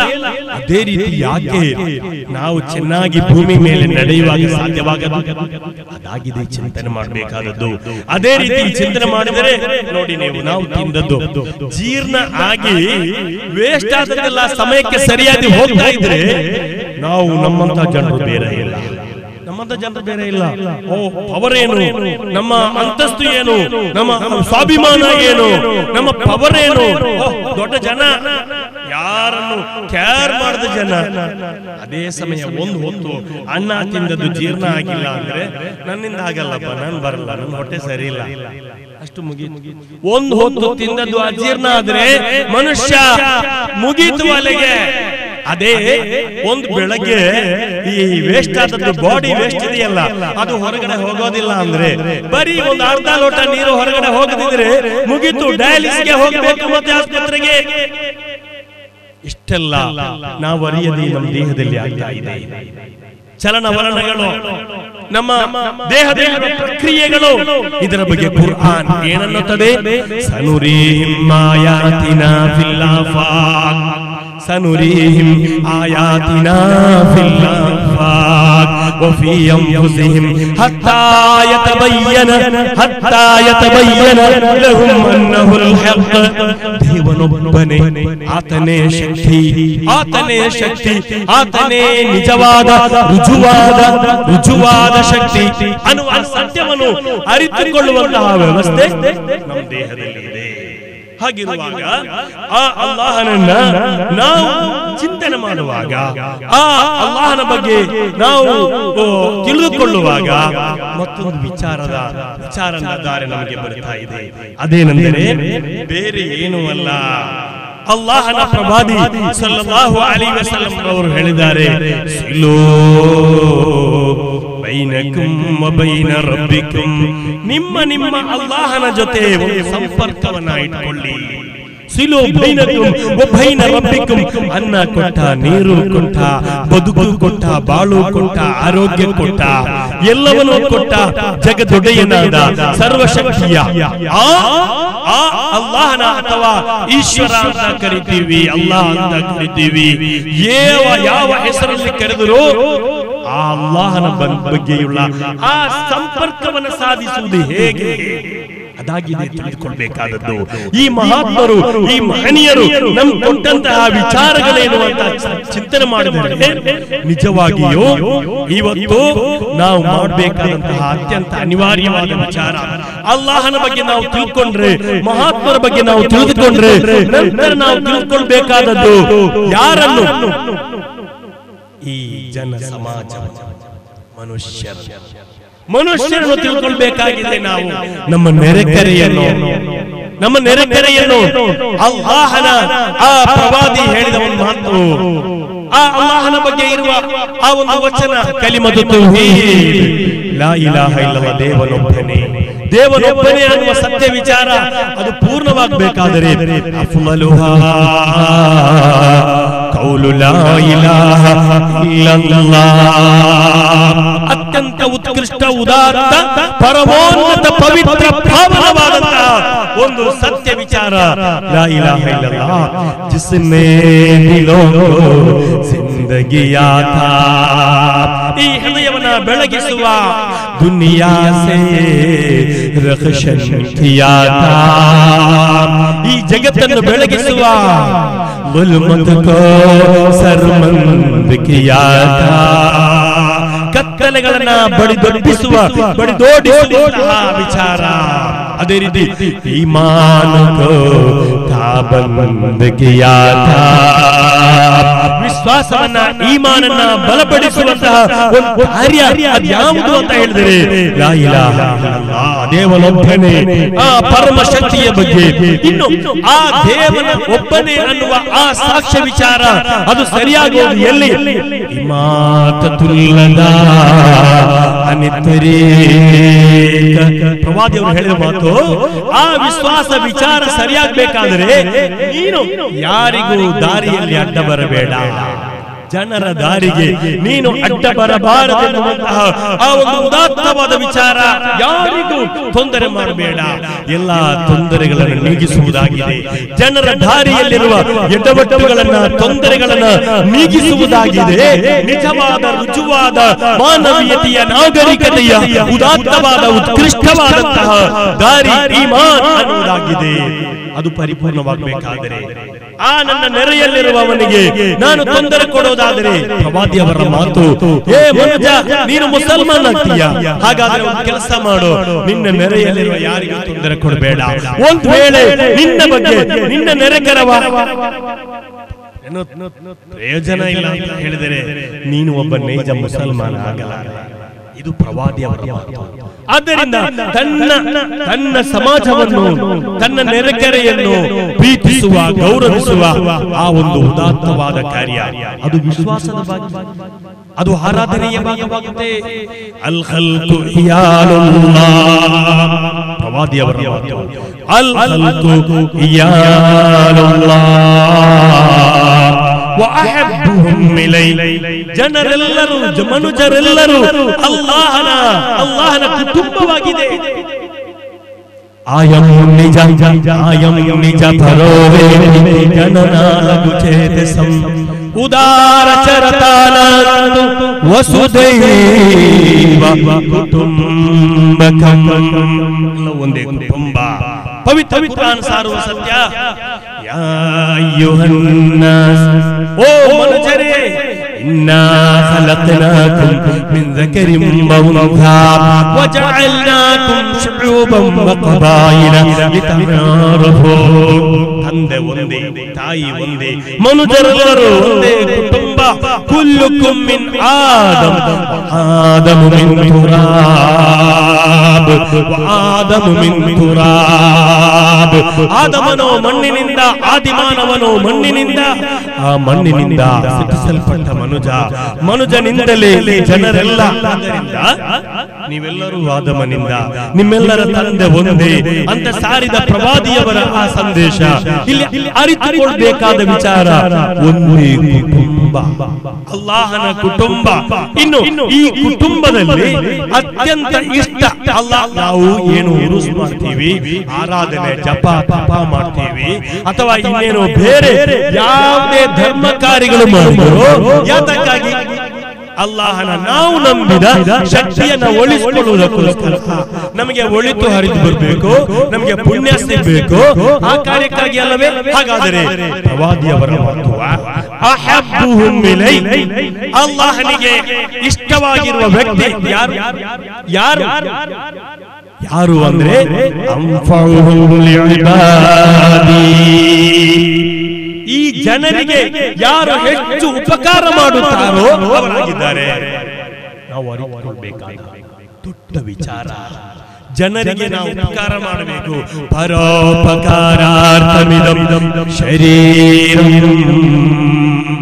ಪವಿತ್ರ ಕುರಾನ್ ಹೇಳುತ್ತದೆ, ಫಲಕ್ತಹಮಲ್ ಲಕಬ ವಮಾ ಅದ್ರಾಕ ಮಲ್ ಲಕಬ ಫಕು ರಕಬತಿನ್ ಔ ಇತ್ಆಮ್ ಫಿ ಯೌಮಿನ್ ذي مسغبة يتيما ذا مقربة أو مسكينا ذا متربة. ಏನು ಆ ದುರ್ಗ ಮಹಾದಿ ಸ್ವರ್ಗವನ್ನ ತೋರಿಕೊಟ್ಟಿದ್ದಾರೆ ಕೆಲವರು. ಸ್ವರ್ಗ ಎಲ್ಲಿ? ದೇವರು ಸೃಷ್ಟಿಸಿದ್ದಾನೆ. ಆ ಸ್ವರ್ಗವನ್ನ ಹುಡುಕೋದು ಎಲ್ಲಿ?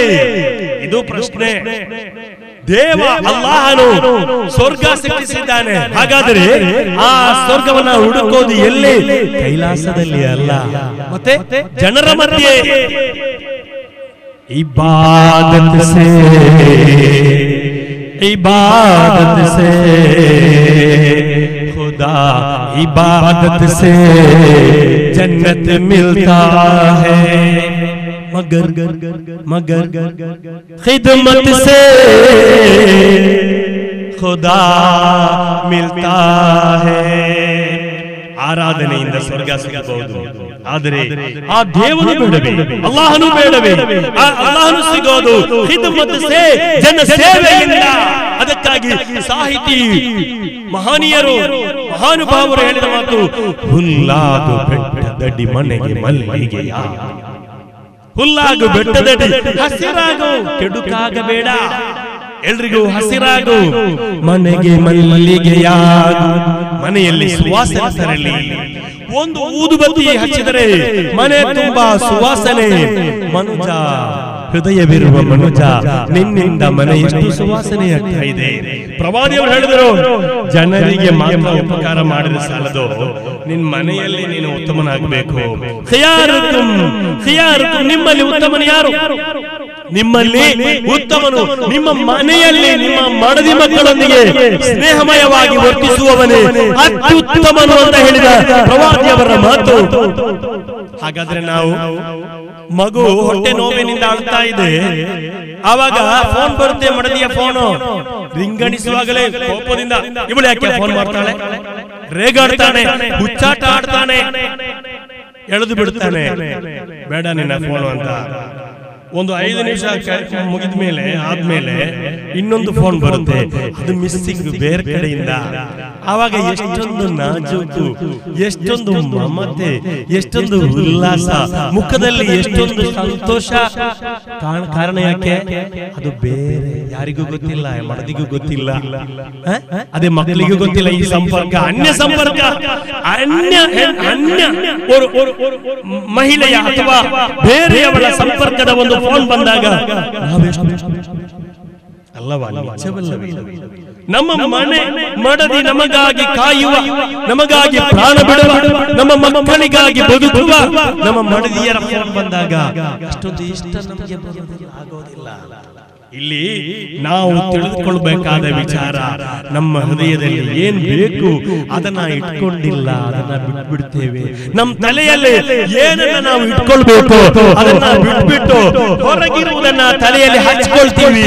ಇವಾಗ ನಾವು ಸೋಲ್ತೀವಿ. ಅದಾಗಿದೆ ನಮ್ಮ ಮಕ್ಕಳು, ನಮ್ಮ ಮಡದಿಯರು, ಅದೇ ರೀತಿ ನಮ್ಮ ನೆರೆಕರೆ ಜನರು, ಇವರನ್ನ ಪ್ರೀತಿಸುವಂತಹ ಮನಸ್ಸು.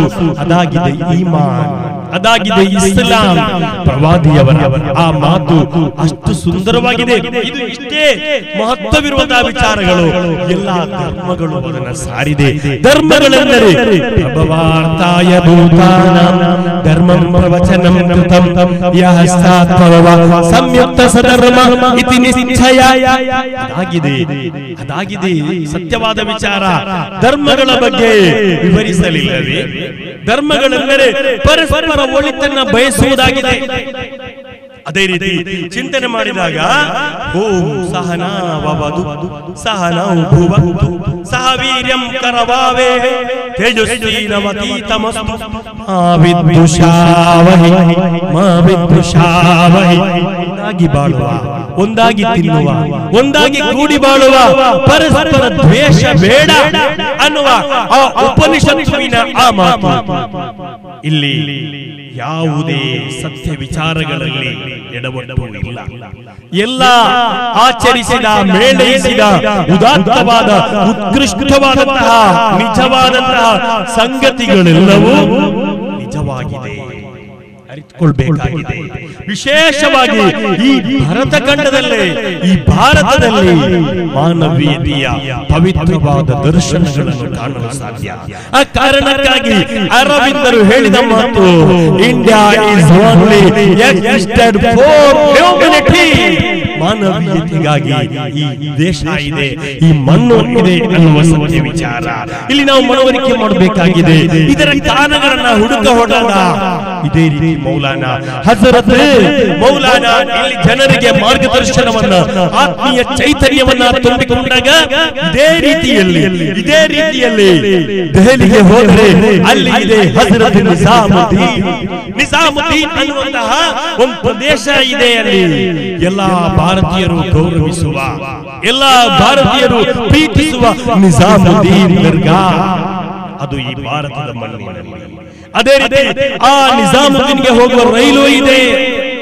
ಅವರು ಕೊಟ್ಟ ಕೊಡುಗೆ ಏನು ಅದನ್ನ ಸ್ಮರಿಸ ಹೊರಟಾಗ ನಿಜಾಮುದ್ದೀನ್ ಔಲಿಯಾ ಒಂದು ದಿನ ರಾತ್ರಿಯಲ್ಲಿ ತನ್ನ ಮಿತ್ರನಾದ ಇಕ್ಬಾಲ್ ಅನ್ನುವನನ್ನು ಕರೆದುಕೊಂಡು ಇಕ್ಬಾಲ್ ಮನೆಯಲ್ಲಿ ಏನಾದರೂ ಉಳಿದಿದೆಯಾ, ಮನೆಯಲ್ಲಿ ಏನಾದರೂ ಇದೆಯಾ, ತಿಂದು ಉಳಿದಂತಹ ಯಾವುದಾದರೂ ರೊಟ್ಟಿ ತುಂಡುಗಳಿದೆಯಾ, ಆ ರೊಟ್ಟಿ ತುಂಡುಗಳಿದ್ದರೆ ಅದನ್ನ ಜೇಬಿಗೆ ಹಾಕು, ಅದನ್ನ ಚೀಲಕ್ಕೆ ಹಾಕುವಂತ ಮನೆಯಲ್ಲಿ ಉಳಿದ ಆ ರೊಟ್ಟಿಯ ತುಂಡುಗಳನ್ನ ಹೇಗೆ ತನ್ನ ಚೀಲದಲ್ಲಿ ಇಟ್ಟು ದೆಹಲಿಯ ಬೀದಿಯಲ್ಲಿ ಮಲಗಿದ ಚಳಿಯಿಂದ ನಡುಗುತ್ತಿರುವ ಜಾತಿ ನೋಡದೆ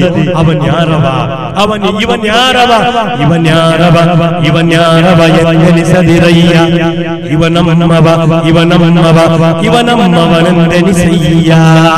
ಇವನಮ್ಮವ ಅನ್ನುವ ಯಾರು ಹಸಿದಿದ್ದಾನೆ ಅವನು ನಮ್ಮವ, ಯಾರು ಕಷ್ಟದಲ್ಲಿದ್ದಾನೆ ಅವನು ನಮ್ಮವ, ಯಾರು ತೊಂದರೆಯಲ್ಲಿದ್ದಾನೆ ಅವನು ನಮ್ಮವ.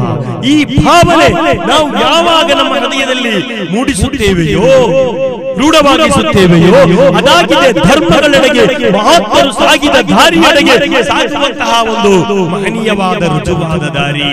ನಿಜಾಮುದ್ದೀನ್ ಔಲಿಯಾ ಅವರು ಒಂದೊಂದು ತುಂಡು ರೊಟ್ಟಿಯನ್ನ ಬೀದಿಯಲ್ಲಿ ಮಲಗಿದ ಚಳಿಯಲ್ಲಿ ನಡುಗುವ ಹಸಿವಿನಿಂದ ಕಂಗೆಟ್ಟ ಜಾತಿ ನೋಡದೆ ಅವರ ಬಾಯಿಗೆ ಇಟ್ಟು ಹೋದಂತಹ ಮಹನೀಯರಾಗಿದ್ದಾರೆ.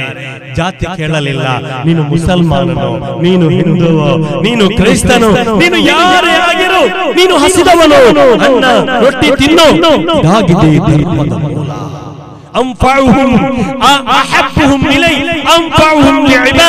ಇದು ಪ್ರವಾದಿಯವರು ಕೊಟ್ಟ ಸತ್ಯ ವಿಚಾರವಾಗಿದೆ. ಆದ್ದರಿಂದಲೇ ಆ ನಡು ರಾತ್ರಿಯಲ್ಲಿ ಎಲ್ಲರೂ ನಿದ್ದೆಯಲ್ಲಿ ಮುಳುಗಿದಾಗ ಹಸಿದ ಜನರ ಹೊಟ್ಟೆ ತಣಿಸುವ ಆ ಉದಾತ್ತ ಸಂಸ್ಕೃತಿಯನ್ನ ಈ ಭರತ ಖಂಡದಲ್ಲಿ, ಈ ಭಾರತದಲ್ಲಿ ಹಜರತ್ ನಿಜಾಮುದ್ದೀನ್ ತೋರಿದರೆ ಅದು ಶ್ರೇಷ್ಠತೆಯ ಮಾರ್ಗವಾಗಿದೆ. ಅದೇ ರೀತಿ ತುಳಸಿದಾಸರ ಬಗ್ಗೆ ನಾವು ಚಿಂತನೆ ಮಾಡಬೇಕಾಗಿದೆ. ನಾನು ಶ್ರೀರಾಮ ಭಕ್ತ. ತುಳಸಿದಾಸ ಹೇಳಿದ ಮಾತು, ನಾನು ಶ್ರೀರಾಮ ಭಕ್ತ. ಮಾಂಗಕೋ ಹಬೀಬೋ, ನಾನು ಭಿಕ್ಷೆ ಬೇಡಿ ಬದುಕುತ್ತೇನೆ. ಮಸ್ಜಿದ್ ಮಾರಹೀಬೋ, ಮಸೀದಿಯ ಜಗಲಿಯಲ್ಲಿ ನಾನು ಮಲಗುತ್ತೇನೆ. ಮಸೀದಿಯ ಜಗಲಿಯಲ್ಲಿ ಕೂತು ಮಲಗಿ ಚಾಪೆ ಹಾಕಿ ಮಲಗಿ ರಾಮಚರಿತ ಮಾನಸ ಅನ್ನುವ ಶ್ರೇಷ್ಠವಾದಂತಹ ಗ್ರಂಥವನ್ನ ಬರೆದ ತುಳಸಿದಾಸ ಆಲೋಚಿಸಬೇಕಾಗಿದೆ. ಮುಸಲ್ಮಾನರು ಹಿಂದೂಗಳು ಪರಸ್ಪರ ಬೆರೆತು ಅರಿತು ಒಂದಾಗಿ ಬಾಳಿದ ಸ್ಪಷ್ಟವಾದ ನಿದರ್ಶನಗಳನ್ನು ಕಾಣಲು ಸಾಧ್ಯ. ಇದು ಹೇಗೆ ಸಾಧ್ಯವಾಯಿತು? ನಜರಾನದಿಂದ ಒಂದು ಕ್ರೈಸ್ತ ವಿಭಾಗ ಮದೀನಾ ಮಸೀದಿಗೆ ಬರುತ್ತಾರೆ. ಮದೀನಾ ಮಸೀದಿಗೆ ಬಂದಾಗ ಪ್ರವಾದಿಯವರೊಂದಿಗೆ ಮಾತುಕತೆ ನಡೆಸುತ್ತಾ ಇರುವಾಗ ಆ ಕ್ರೈಸ್ತರಿಗೆ ಪ್ರಾರ್ಥನೆಯ ಸಮಯವಾದಾಗ ಪ್ರವಾದಿಯವರೊಂದಿಗೆ ಅವರು ಹೇಳುತ್ತಾರೆ, ನಮಗೆ ಪ್ರಾರ್ಥನೆಯ ಸಮಯವಾಯಿತು. ಆವಾಗ ಆ ಮಸೀದಿಯ ಪಕ್ಕದಲ್ಲಿ ಪ್ರಾರ್ಥನೆಗೆ ಅವಕಾಶ ಮಾಡಿಕೊಟ್ಟ ಪ್ರವಾದಿ ಸಲ್ಲಲ್ಲಾಹು ಅಲೈಹಿ ವಸಲ್ಲಂ ಅವರು, ಇದಾಗಿದೆ ಉದಾತ್ತವಾದ ಉತ್ಕೃಷ್ಟವಾದ ಪರಸ್ಪರ ಅರಿತುಕೊಳ್ಳುವ ಮಾನವೀಯತೆಯೊಳಗೆ ಎಲ್ಲರಿಗೂ ಸ್ವಾತಂತ್ರ್ಯವಿದೆ. ಈ ಜಗತ್ತಿನ ಈ ಭೂಮಿಯ ಅನುಗ್ರಹಗಳನ್ನೆಲ್ಲ ಅದನ್ನ ಪಡೆದುಕೊಂಡು ಸತ್ಯದ ವಿಚಾರಗಳನ್ನ ಮನನ ಮಾಡೋ ಸ್ವಾತಂತ್ರ್ಯ ಎಲ್ಲರಿಗೂ ಇದೆ. ಅದನ್ನ ಮಾಡಬೇಕಾಗಿದೆ. ಈ ಜಗತ್ತಿನ ಶಕ್ತಿಯ ಬಗ್ಗೆ ಇನ್ನಷ್ಟು ಅರಿತುಕೊಳ್ಳಬೇಕು. ಈ ಜಗತ್ತಿನ ನಿಯಾಮಕನ ಬಗ್ಗೆ, ಸೂರ್ಯ ಚಂದ್ರ ಎಲ್ಲಾ ಕೋಟ್ಯಾನು ಕೋಟಿ ನಕ್ಷತ್ರಗಳನ್ನ ಸೃಷ್ಟಿಸಿದ ಈ ಜಗತ್ತಿನಲ್ಲಿರುವ ಸಕಲ ಜೀವಿಗಳಿಗೆ ಅನ್ನ ನೀರು ಕೊಡೋ ಆ ಶಕ್ತಿಯ ಬಗ್ಗೆ ಪರಸ್ಪರ ನಾವು ತಿಳಿದುಕೊಳ್ಬೇಕು. ಅದಾಗಿದೆ ಶ್ರೇಷ್ಠತೆಯ ಮಾನದಂಡ. ಅದಲ್ಲದೆ ಪರಸ್ಪರ ಚಾಡುವುದಲ್ಲ. ಆಚಾರಗಳು ಬರಲಿ, ವಿಚಾರಗಳು ಬರಲಿ, ಚಿಂತನೆಗಳು ಬರಲಿ, ಎಲ್ಲವೂ ಬರಲಿ. ಹೃದಯವನ್ನು ತೆರೆದಿಡೋಣ, ಉತ್ತಮವಾದ ವಿಚಾರಗಳು ಬರಲಿ. ಆನೋ ಭದ್ರ ಕೃತಮೋ ಎಂದು ವಿಶ್ವತಾ, ವಿಶ್ವದೆಲ್ಲೆಡೆಯಿಂದ ಒಳಿತು ಬರಲಿ ಎನ್ನುವ ಋಗ್ವೇದದ ಮಾತಿನಂತೆ ಇಲ್ಲಿ ನಾವು ಮನವರಿಕೆ ಮಾಡಬೇಕಾದ ವಿಚಾರ, ಒಳಿತು ಎಲ್ಲಿದ್ದರೂ ಬರಲಿ. ಆ ಒಳಿತಿನ ಮನನ ಮಾಡೋದು ಮನುಜ ಮಾಡಬೇಕಾಗಿದೆ. ಯಾವುದು ಸತ್ಯ, ಯಾವುದು ಸರಿ, ಯಾವುದು ತಪ್ಪು ಅನ್ನುವುದನ್ನು ವಿಚಾರ ಮಾಡುವ ಬುದ್ಧಿವಂತಿಕೆ ಮನುಷ್ಯನಿಗೆ ಅಲ್ಲಾಹನು ದೇವನು ಕೊಟ್ಟಿದ್ದಾನೆ. ಆದ್ದರಿಂದ ನಮ್ಮ ಕರ್ತವ್ಯವೇನು? ಪರಸ್ಪರ ಜನರೊಂದಿಗೆ, ಮನುಜರೊಂದಿಗೆ ಪ್ರೀತಿ ಸ್ನೇಹದಿಂದ ಬದುಕುವುದೇ ಆಗಿದೆ. ಅದು ಉದಾತ್ತವಾದ, ಉತ್ಕೃಷ್ಟವಾದ ಗುರಿ, ಧರ್ಮದ ಗುರಿ ಅದಾಗಿದೆ. ಅದನ್ನ ಚಿಂತನೆ ಮಾಡ ಹೊರಟಾಗ ಮಹನೀಯರೇ, ಇಲ್ಲಿ ಹಲವು ರೀತಿಯಲ್ಲಿ ಚಿಂತನೆ ಮಾಡುವವರಿದ್ದಾರೆ. ಜನರು ಹಾಳಾಗಿ ಹೋಗಿದ್ದಾರೆ, ಜನರಲ್ಲಿ ದ್ವೇಷ ಇದೆ, ಪರಸ್ಪರ ಪ್ರೀತಿ ಇಲ್ಲ, ಸ್ನೇಹ ಇಲ್ಲ. ಹಾಗಾದರೆ ಈ ಜಗತ್ತಿನಲ್ಲಿ ಎಲ್ರಿಗೂ ಪ್ರೀತಿ ಬೇಕು, ಎಲ್ರಿಗೂ ಸ್ನೇಹ ಬೇಕು, ಪರಸ್ಪರ ಅನ್ಯೋನ್ಯತೆ, ಸಹೋದರತೆ, ಸಹಬಾಳ್ವೆ ಎಲ್ಲರೂ ಬಯಸ್ತಾರೆ, ಎಲ್ರಿಗೂ ಬೇಕು. ಆದರೆ ಇಲ್ಲಿ ನಾವು ಪ್ರತಿಯೊಬ್ಬರು ಮನವರಿಕೆ ಮಾಡಬೇಕಾದ ವಿಚಾರ ತನ್ನನ್ನು ತಾನು ಅರಿತುಕೊಳ್ಳುವುದಾಗಿದೆ. ಅದು ಹೇಗೆ ಸಾಧ್ಯ? ನಾನು ಒಂದು ಮೃಗಾಲಯಕ್ಕೆ ಹೋದೆ. ಅಲ್ಲಿ ಮೃಗಗಳನ್ನ ನೋಡಿದೆ. ಕ್ರೂರ ಮೃಗಗಳಿತ್ತು, ಅಲ್ಲಿ ಆನೆಗಳಿತ್ತು, ಹುಲಿಗಳಿತ್ತು, ಸಿಂಹಗಳಿತ್ತು, ಜಿರಾಫೆ, ಬೇರೆ ಬೇರೆ ಖಡ್ಗ ಮೃಗಗಳಿತ್ತು. ಅಲ್ಲಿ ಎಲ್ಲಾ ಮೃಗಗಳನ್ನ ನೋಡಿದೆ. ಎಲ್ಲವನ್ನು ನೋಡಿದ ಮೇಲೆ ಅದರ ಆ ಕಟ್ಟ ಕಡೆಯ ಎಕ್ಸಿಟ್ ಬಾಗಿಲಲ್ಲಿ ಒಂದು ದೊಡ್ಡ ಪ್ರಾಣಿಯನ್ನು ಇಡಲಾಗಿತ್ತು. ಆದರೆ ಅದು ಹೊರಗಡೆ ಕಾಣ್ತಾ ಇರಲಿಲ್ಲ. ಅಲ್ಲಿ ಬರೆದಿಡಲಾಗಿತ್ತು, if you want to see a cruel animal, ನೀನು ಅತ್ಯಂತ ಕ್ರೂರ ಕೆಟ್ಟ ಒಂದು ಪ್ರಾಣಿಯನ್ನ ನೋಡೋದಾದರೆ ಈ ಪರದೆಯನ್ನ ಸರಿಸುವಂತ ಅಲ್ಲಿ ಬರೆದಿಡಲಾಗಿತ್ತು. ಅವಾಗ ನಾನು ಆ ಕಡೆ ಹೋದೆ, ಪರದೆಯನ್ನ ಸರಿಸಿದೆ, ಅಷ್ಟೇ ವೇಗವಾಗಿ ಮುಚ್ಚಿದೆ. ಯಾಕೆ ಗೊತ್ತಾ? ಅಲ್ಲಿ ಯಾವುದೇ ಪ್ರಾಣಿ ಇರಲಿಲ್ಲ, ಒಂದು ಪ್ರಾಣಿ ಇತ್ತು. ಅದು ಕನ್ನಡಿಯಲ್ಲಿ ಮಾತ್ರ ದರ್ಪಣವಾಗಿತ್ತು, ಕನ್ನಡಿಯಾಗಿತ್ತು. ಅಲ್ಲಿ ಕಂಡದ್ದು ನನ್ನದೇ ಫೋಟೋ. ನಾನು ಅರಿತುಕೊಳ್ಬೇಕಾಗಿದೆ, ಈ ಜಗತ್ತಿನಲ್ಲಿ ನಾನು ಕ್ರೂರಿಯಾಗಿದ್ದೇನೆಯೋ, ನಾನು ಎಷ್ಟು ಕ್ರೂರಿಯಾಗಿದ್ದೇನೆ, ನಾನು ಎಷ್ಟು ದ್ವೇಷಿಯಾಗಿದ್ದೇನೆ. ಇದು ಪ್ರತಿಯೊರ್ವ ಅರಿತುಕೊಂಡರೆ ಯಾವುದೇ ತೊಂದರೆ ಇಲ್ಲ. ಅದು ಅರಿತುಕೊಳ್ಳುವುದಾಗಿದೆ. ನಿಜವಾಗಿಯೂ ಬಲಿಷ್ಠವಾದ ನಮ್ಮ ಮುಖ್ಯ ಸಚೇತಕರು ಸರ್ಕಾರದ ಮಾನ್ಯ ಐವನ್ ಡಿ ಸೋಜಾರ್ ಅವರು ಈ ಕಾರ್ಯಕ್ರಮಕ್ಕೆ ಆಗಮಿಸಿದ್ದಾರೆ. ಎಲ್ಲ ರೀತಿಯ ಗೌರವ, ಆದರ ಎಲ್ಲ ರೀತಿಯಲ್ಲಿ ಅವರಿಗೆ ನೀಡುತ್ತಾ ಅವರನ್ನ ಪ್ರೀತಿಪೂರ್ವಕವಾಗಿ ಈ ವೇದಿಕೆಯಲ್ಲಿ ನಾವು ಸ್ವಾಗತಿಸುತ್ತಾ ಇದ್ದೇವೆ, ಅವರನ್ನ ನಾವು ಬರಮಾಡಿಕೊಳ್ತಾ ಇದ್ದೇವೆ. ಇನ್ನೇನು ನಮ್ಮ ಅತಿಥಿ ಮಹೋದಯರು ನಮ್ಮನ್ನ ಸೇರ್ಕೊಳ್ತಾ ಇದ್ದಾರೆ. ಇನ್ನು ಹೆಚ್ಚು ಮಾತನಾಡೋದು ಸರಿಯಲ್ಲ ಅನ್ನೋದು ನನಗೆ ಗೊತ್ತಾಗ್ತಾ ಇದೆ. ಹಾಗಾದ್ರೆ ಒಂದೇ ಒಂದು ವಿಚಾರ, ಈ ಜಗತ್ತಿನಲ್ಲಿ ನಾನೆಷ್ಟು ಕ್ರೂರಿ ಅನ್ನುವುದನ್ನು ಅರಿತುಕೊಳ್ಳೋದು ಅದು ದೊಡ್ಡ ವಿಚಾರ. ನಾನೆಷ್ಟು ಕ್ರೂರಿಯಾಗಿದ್ದೇನೆ, ನನ್ನಿಂದ ಎಷ್ಟು ತೊಂದರೆ ಆಗ್ತಾ ಇದೆ ಅನ್ನೋದಾಗಿದೆ. ಅದು ಮೊದಲ ಮೆಟ್ಟಿಲಾಗಿದೆ. ನಾನು ಸೌಹಾರ್ದತೆಯೆಡೆಗೆ ಸಾಗಬೇಕಾದರೆ ನನ್ನ ನನ್ನಿಸುವ ಹೂವೇ ನಕ್ಕು ಹೇಳಿದ್ದು ಸುಮೋ ನಮ್ಮ ಅಭಯಚಂದ್ರ ಜೈನರವರು ಸೇರ್ಕೊಳ್ತಾ ಇದ್ದಾರೆ. ಅವರನ್ನ ಗೌರವದಿಂದ ಆದರಿಂದ ಬರಮಾಡಿಕೊಳ್ಳುತ್ತಾ ಒಳ್ಳೆಯ ಸಮಯ ಹತ್ತಿರವಾಗ್ತಾ ಇದೆ. ಎಲ್ಲ ಮಹನೀಯರು ಇಲ್ಲಿ ಬರ್ತಾ ಇರುವಾಗ ನನ್ನ ನನ್ನಿಸುವ ಹೂವೇ ನೀನಾವ ಜಾತಿ, ನಕ್ಕು ಹೇಳಿದ್ದು ಸುಮವು ಇದು ಯಾವ ನೀತಿ, ಎಲ್ಲರಿಗೂ ಸಂತಸ ಕೊಡುವಂತ ಆತ್ಮ, ಕ್ಷಣಿಕ ಬದುಕಿನಲ್ಲೂ ನನ್ನಲ್ಲಿದ್ದ ಪರಮಾತ್ಮ ಕ್ಷಣಿಕ ಬದುಕಿಯಾಗಿರಲಿ, ಯಾರಿಗಾದರೂ ಸಂತಸವನ್ನ ಕೊಡುವಂತಹ ಮನಸ್ಸು ಅದಾಗಿದೆ. ನಿಜವಾದ, ರುಜುವಾದ, ಬಲವಾದ, ಬಲಿಷ್ಠವಾದ ಕಾರ್ಯಗಳು ಅನ್ನುವುದಾಗಿದೆ. ನಾವು ಚಿಂತನೆ ಮಾಡ ಹೊರಟಾಗ ಇಲ್ಲಿ ಒಂದು ವಿಚಾರ, ಅತ್ಯಂತ ಸರಳವಾದ ಒಂದು ಸತ್ಯವನ್ನ ನಿಮ್ಮ ಮುಂದೆ ಇಡಬಯಸುತ್ತೇನೆ. ನಾನೊಂದು ಮನೆಗೆ ಹೋದೆ, ಇದನ್ನು ಹೇಳಬೇಕಾಗಿದೆ. ನಾನೊಂದು ಮನೆಗೆ ಹೋದೆ, ಆ ಮನೆಯಲ್ಲಿ ಕೇಶಾವೃತ ಬೆಕ್ಕುಗಳಿದ್ದವು. ಆ ಮನೆಯಲ್ಲಿ ಕೇಶಾವೃತ ಬೆಕ್ಕುಗಳಿದ್ದವು. ಮತ್ತೊಂದು ಕಡೆ ನೋಡಿದೆ, ಅಲ್ಲಿ ಕೊಬ್ಬಿದ ನಾಯಿಗಳಿವೆ. ಇನ್ನೊಂದು ಕಡೆ ನೋಡಿದೆ, ಅಲ್ಲಿ ಪಂಜರದಲ್ಲಿ ಆಸ್ಟ್ರೇಲಿಯಾದಿಂದ ತಂದ ಪಾರಿವಾಳಗಳಿದ್ದವು. ಅಯ್ಯೋ, ನಾನು ಕೇಳಿದೆ, ಇವುಗಳಿಗೆಲ್ಲ ಫುಡ್ ಕೊಡ್ಬೇಕಲ್ಲ, ಎಲ್ಲಿಂದ ಕೊಡ್ತೀರಾ ಅಂತ. ಆವಾಗ ಹೇಳಿದ್ರು, ತಿಂಗಳಿಗೊಮ್ಮೆ ಮೆಡ್ರಸ್ಗೆ ಹೋಗ್ಬೇಕಾಗುತ್ತೆ. ಒಳಗೆ ಮನೆಯೊಳಗೆ ಸೇರ್ಕೊಂಡ್ರೆ ಅಲ್ಲಿ ಲೀಲಾಜಾಲವಾಗಿ ಅಕ್ವೇರಿಯಂನಲ್ಲಿ ಮೀನುಗಳಿವೆ. ಎಲ್ಲಿಂದೆಲ್ಲ ತಂದ ಕಲರ್ಫುಲ್ ಮೀನುಗಳು. ಅಯ್ಯೋ, ಮನೆಯೊಳಗೆ ಹೋಗಿ ಹೊರಗೆ ಬಂದಾಗ ಆವಾಗ ಅಲ್ಲಿ ಬಾಗಿಲಲ್ಲಿ ಒಬ್ಬಾತ ಭಿಕ್ಷುಕ ಹಸಿದವ ಇದ್ದ. ಆತ ಹಸಿದಿದೆ ಅಣ್ಣ ಕೊಡಿ ಅಂತಿದ್ದ. ಆವಾಗ ಮನೆ ಜನ ಬಂದ, ಜೋರಾಗಿ ಬಂದ, ಗದರಿಸಿದ, ಬೆದರಿಸಿದ, ಹೋಗಯ್ಯ ಅಂದ. ಈ ಸಂದರ್ಭದಲ್ಲಿ ಕೊಬ್ಬಿದ ನಾಯಿಗಳು ಮುಖ ನೋಡ, ಪಾರಿವಾಳಗಳು ಹಾಗೆ, ಬೆಕ್ಕುಗಳು ಹಾಗೆ. ಏನ್ ಗೊತ್ತಾ, ಅಯ್ಯ ನೀನ್ ಯಾಕಪ್ಪ ಮನುಷ್ಯನಾದೆ, ನಮ್ಮಂತೆ ಪ್ರಾಣಿಗಳು ಆಗ್ಲಿಕ್ಕೆ ಆಗ್ಲಿಲ್ವಾ? ಆರಾಮವಾಗಿ ತಿಂಗಳಿಗೆ ಮೆಡ್ರಾಸಿಂದ ಫುಡ್ ಬರ್ತಾ ಇದೆ, ಆರಾಮವಾಗಿ ಪಂಜರದಲ್ಲಿ ಬದುಕುತ್ತಾ ಇದ್ದೀವಿ ನಾವು. ಇಲ್ಲಿ ಮಾನವೀಯತೆಯ ದರ್ಶನ ನಾವು ಕಾಣಬೇಕು. ನ ತಹಂ ಕಾಮಯೇ ರಾಜ್ಯಂ ನ ಸ್ವರ್ಗಂ ನ ಪುನರ್ಭವಂ. ಆ ತ್ಯಾಗದ, ಆ ನಿಸ್ವಾರ್ಥ ಸೇವೆಯ ಆ ದಾರಿಯಡೆಗೆ ಚಿಂತನೆ ಮಾಡುವ ಪ್ರಖರವಾದ ವಿಚಾರಗಳು ನಮ್ಮೊಳಗೆ ಬರಬೇಕಾಗಿದೆ. ಮನುಜರಿ, ನಾವೆಲ್ಲರೂ ಮನುಷ್ಯರು. ಪರಸ್ಪರ ಅಧಿಕಾರಕ್ಕಾಗಿ, ಹಣ ಬಲಕ್ಕಾಗಿ, ರಟ್ಟೆ ಬಲಕ್ಕಾಗಿ ಪರಸ್ಪರ ಏನೋ ಒಂದು ಕಡೆ ನಾವು ಎಡಗುತ್ತಾ ಇದೆ. ನನ್ನ ಮಾತನ್ನ ಕೊನೆಗೊಳಿಸುವಾಗ ಒಂದು ಸ್ಪಷ್ಟವಾದ ಸಾಕ್ಷ್ಯ ಚಿತ್ರವನ್ನ ನಿಮ್ಮ ಮುಂದಿಡಬೇಸುತ್ತೇನೆ. ಒಂದು ದೊಡ್ಡ ಒಂದು ಕಾರ್ಯ, ಒಂದು ಸ್ಪರ್ಧೆ ನಡೀತಾ ಇತ್ತು.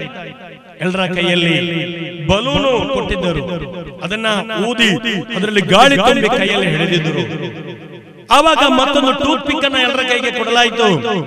ಆಂಕರ್ ಹೇಳಿದ, ನಿಮ್ಮಲ್ಲಿರುವ ಆ ಬಲೂನ್ ಅನ್ನು ಸುರಕ್ಷಿತವಾಗಿ ಕಾಪಾಡಿಕೊಳ್ಳಲು ಯಾರಿಗೆ ಸಾಧ್ಯವಾಗುತ್ತದೋ ಅವರು ವಿಜಯಿಗಳು ಅಂತ. 1 2 3 ಅಂತ ಹೇಳಿದಾಗ ಅವರೆಲ್ಲರೂ ಈ ಟೂತ್ ಪಿಕ್ ನಿಂದ ಆ ಬಲೂನ್ ಅನ್ನ ಜಜ್ಜಿದರು, ಹೊಡೆದು. ಅವಾಗ ಯಾರ ಕೈಯಲ್ಲೂ ಹಿಡಿದು ಎಳೆದು ರಂಪಾಟ ಮಾಡಿ ಹೊಡೆದ, ಯಾರ ಕೈಯಲ್ಲೂ ಬಲೂನ್ ಇಲ್ಲ. ಆ ಸಂದರ್ಭದಲ್ಲಿ ಆಂಕರ್ ಕೇಳಿದ, ನೀವು ಯಾಕೆ ಬಲೂನ್ ಅನ್ನ ಹೊಡೆದದ್ದು? ಏನು ಅಂತ ನಾನು ಹೇಳಿದ್ದೇನ? ಪರಸ್ಪರ ಹೊಡೆದು ಹಾಕಿ ಅಂತ ಹೇಳಿಲ್ಲ. ನಿಮ್ಮ ಕೈಯಲ್ಲಿ, ಯಾರ ಕೈಯಲ್ಲಿ ಬಲೂನು ಸುರಕ್ಷಿತವಾಗಿ ಇರುತ್ತದೋ ಅವರು ಸ್ಪರ್ಧೆಯಲ್ಲಿ ಗೆಲ್ಲುತ್ತಾರೆ. ಹಾಗಾದ್ರೆ ನಿಮ್ಮ ಎಲ್ಲರ ಕೈಯಲ್ಲಿ ಬಲೂನುಗಳಿದ್ದರೆ ನೀವು ಎಲ್ಲರೂ ಗೆಲ್ಲುತ್ತಿದ್ದೀರಾ. ಯಾಕೆ ಹೊಡೆದು ಹಾಕಿದ್ದು? ಅವಾಗ ಗೊತ್ತಾಯ್ತು, ಅಯ್ಯೋ ನನ್ನ ಮನಸ್ಸಿನೊಳಗಿದೆ, ನಾನು ಗೆಲ್ಬೇಕಾದ್ರೆ ಈತ ಬೇರೆಯವನ್ನ ತುಳಿಬೇಕು, ಬೇರೆಯವರಿಗೆ ನುಕ್ಸಾನಿ ಮಾಡಬೇಕು. ನನ್ನ ಮನಸ್ಸಲ್ಲಿ ಇರೋದು ಹಾಗೆ, ಆ ಮನಸ್ಸಲ್ಲಿ ಇರೋ ತರ ನಾವು ಮಾಡಿದ್ದೇವೆ ಅನ್ನುವ ಆ ಒಂದು ತಪ್ಪು ವಿಚಾರ ಅವರಿಗೆ ಮನವರಿಕೆಯಾಯಿತು. ನಮ್ಗೆ ಎಲ್ರಿಗೂ ಗೆಲ್ಲಬಹುದಿತ್ತಲ್ವಾ? ಅದೇ ರೀತಿ ಬದುಕು, ನಮ್ಮ ಈ ಬದುಕು ಇದೆಯಲ್ಲ, ಇಲ್ಲಿ ಜಂಜಾಟ, ದ್ವೇಷ, ಹಾಗೆ ಹೋಗೆ ಏನು ಬೇಕಾಗಿಲ್ಲ.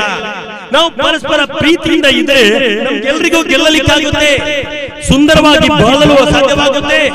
ಜಗ ಅನ್ನುವ 2 ಅಕ್ಷರದಲ್ಲಿ, ಮಗು ಅನ್ನುವ 2 ಅಕ್ಷರದಲ್ಲಿ ಹುಟ್ಟಿ ತಂದೆ ತಾಯಿ ಅನ್ನುವ 2 ಅಕ್ಷರಗಳನ್ನ ಕಲಿತುಕೊಂಡಾಗ, ವಿದ್ಯೆ ಅನ್ನೋದನ್ನ ಪಡೆದುಕೊಂಡ 2 ಅಕ್ಷರ, ಗುರು ಅನ್ನುವ 2 ಅಕ್ಷರ, ಅಕ್ಕ ತಂಗಿ ಅನ್ನುವ 2 ಅಕ್ಷರ, ಅಣ್ಣ ತಮ್ಮ ಅನ್ನುವ 2 ಅಕ್ಷರ, ನಗು ಅನ್ನುವ 2 ಅಕ್ಷರ, ಮುಖ ಅನ್ನುವ 2 ಅಕ್ಷರ, ಸ್ವರ್ಗ ಅನ್ನುವ 2 ಅಕ್ಷರ.